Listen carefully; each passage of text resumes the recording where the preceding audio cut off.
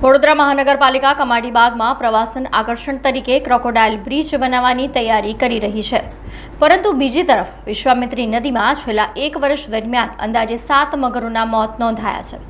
ત્યારે સવાલ એ છે કે શું તંત્ર પહેલા જીવતા મગરોના સંરક્ષણ પર ધ્યાન આપશે કે પછી નવા પ્રવાસન પ્રોજેક્ટ પર?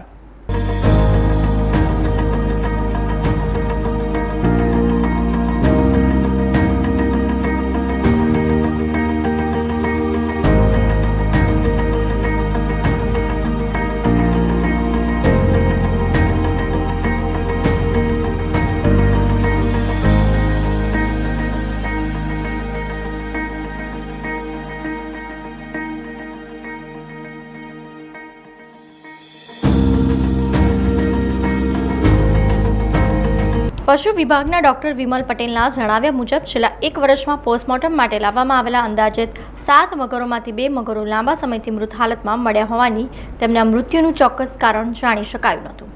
જ્યારે 2 મગરના મોત ટેટ્રોલિયલ ફાઇટ, એકનું સેપ્ટિસિમિયા અને એક બચ્ચા મગરનું મૃત્યુ વર્મ લોડના કારણે થયું હોવાનું પોસ્ટમોર્ટમમાં સામે આવ્યું છે। વધુમાં તેઓએ જણાવ્યું કે વિશ્વામિત્રીમાં મગરોના મૃત્યુનું સૌથી મોટું કારણ ટેરિટોરિયલ ફાઇટ છે। એક મગર બીજા મગરના વિસ્તારમાં પ્રવેશે ત્યારે ગંભીર લડાઈ થાય છે અને ઈજાના કારણે સેપ્ટિસિમિયા થઈ શકે છે। ઉપરાંત બ્રોન્કોન્યુમોનિયા જેવા રોગો પણ મૃત્યુ માટે જવાબદાર બની શકે છે। મગર બીમાર છે કે નહીં તે બહારથી ઓળખવો મુશ્કેલ હોવાથી સમયસર બચાવ અને સારવાર પણ પડકારરૂપ બને છે। વિશ્વામિત્રી નદીમાં છેલ્લા 1 વર્ષમાં એટલે કે 6 મહિનાથી 6 મહિના સુધીમાં લગભગ એકંદરે 7 મગર જે મરેલા છે અને મારી પાસે પીએમ કરવા લાવેલા છે એવા 7 કુલ મગર હતા।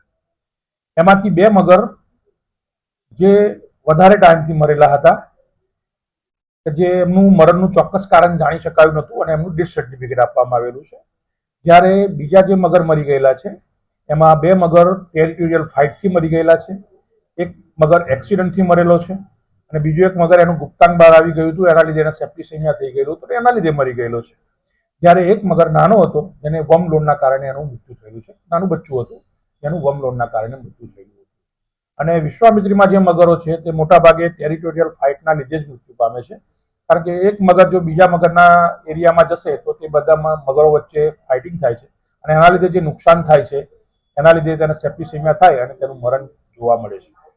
તદુપરાંત બ્રોન્કોન્યુમોનિયા કરીને એક રોગ થાય છે જેમાં ન્યુમોનિયા થાય છે અને એના શરીરનું તાપમાન ટેમ્પરેચર વધી જાય છે અને શરીરને નુકસાન થાય છે, એના લીધે પણ મોતનું વધારે પ્રમાણે જોવા મળે છે।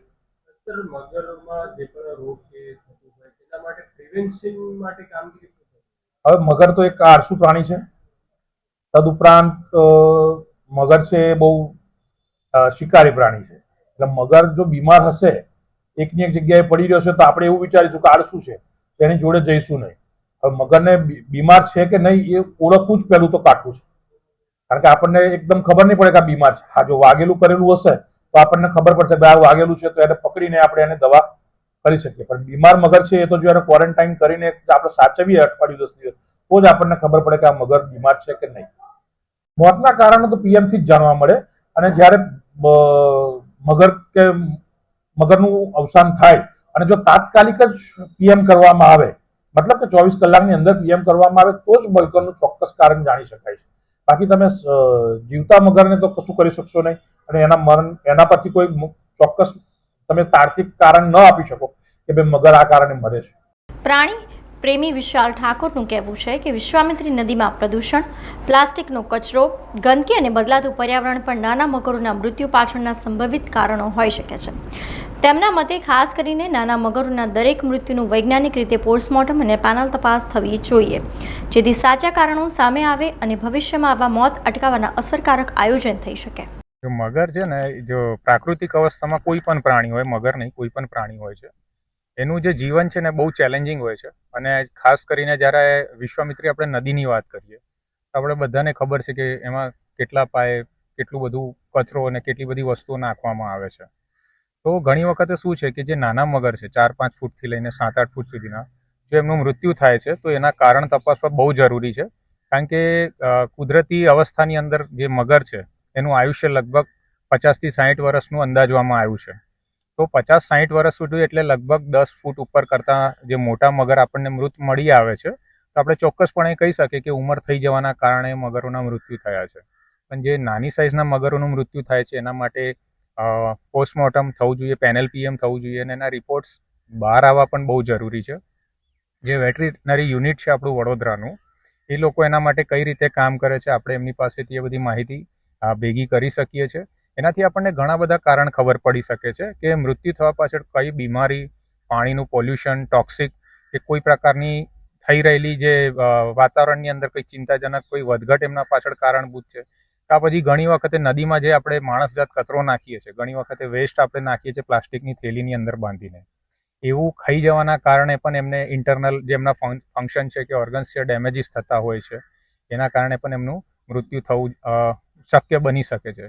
બીજું કે મગર એક સામાજિક અને ટેરેટોરિયલ એનિમલ છે. એક મગર જો બીજા ટેરેટરીમાં જતા રહે તો ઘણી વખતે બે મગરો વચ્ચે યુદ્ધ પણ થતું હોય છે, એની કારણે એમને ગંભીર ઈજા પણ થતી હોય છે. અને જો નાનો મગર હોય તો એનું પણ મૃત્યુ થઈ શકે છે. તો પીએમ રિપોર્ટ આવો બહુ જ જરૂરી છે અને એના માટે આપણે જે પણ સિસ્ટમ વર્ક કરી રહ્યા છે એનાથી જોડાયેલા એમને આપણે આ વસ્તુ જો જાહેર કરે તો વૈજ્ઞાનિક ઢબે પણ આપણે કામ કરી શકીએ છીએ કે આવી મૃત્યુને ઘટાડવા પાછળ વૈજ્ઞાનિક રીતે રિસર્ચની દ્રષ્ટિએ એનજીઓ અને ફોરેસ્ટ ડિપાર્ટમેન્ટ મળીને કામગીરી પણ કરી શકે છે. કોર્પોરેશનનું પોતાનું એક લિમિટેશન છે, કાર્ય છે. દરેક એજન્સીને પોતપોતાનું કામ આપેલું છે. ફાયર બ્રિગેડનું કામ તમને ખબર છે શું છે, આગ ઓલવવાનું છે. એમને આપણે સરહદ પર ના મોકલી શકીએ. એટલે દરેક ડિપાર્ટમેન્ટની પોતાની એક કામગીરીની એક રૂપરેખા પહેલાંથી નક્કી છે. કોર્પોરેશનનું જે કામ છે હમણાં ડેવલપમેન્ટ એ કરી રહ્યા છે કે ટુરિઝમ ડેવલપ કરવાના જે આયોજન કરી રહ્યા છે, બટ એમના અંડરમાં સયાજીબાગ જે ઝૂ છે એ આવે છે અને એમની પાસે વેલ trend kgs, doctors, instructors, guides બધા જ હાજર છે. તો ક્યાંક એવી પરિસ્થિતિ એમને દેખાય છે તો તંત્ર પાસે પોતાની એક ટીમ છે અને એ યોગ્ય રીતે કામ કરી રહી છે, પણ એને વધારે કઈ રીતે આપણે વધારે આધુનિક કરી શકીએ અને આવા કેસમાં કઈ રીતે ઘટાડો લાવી શકીએ એ બહુ જરૂરી છે. બીજું કે આપણું જે વેટરનરી યુનિટ છે બરોડાનું, એ પણ બહુ સારું કામ કરી રહ્યું છે. એમની પાસે જે મગર જતા હોય છે પીએમ માટે, એમની પાસે એના રિપોર્ટ્સ પણ હોય છે. એ રિપોર્ટ્સ મેં કીધું એ રીતે કે જો જાહેર થાય તો મેં કીધું ને એ રીતે કે એ કારણ આપણે તપાસીને એવી જે મૃત્યાંકો છે એ ઘટાડવા પાછળ આપણે કોઈ નક્કર પગલાં લઈ શકીએ.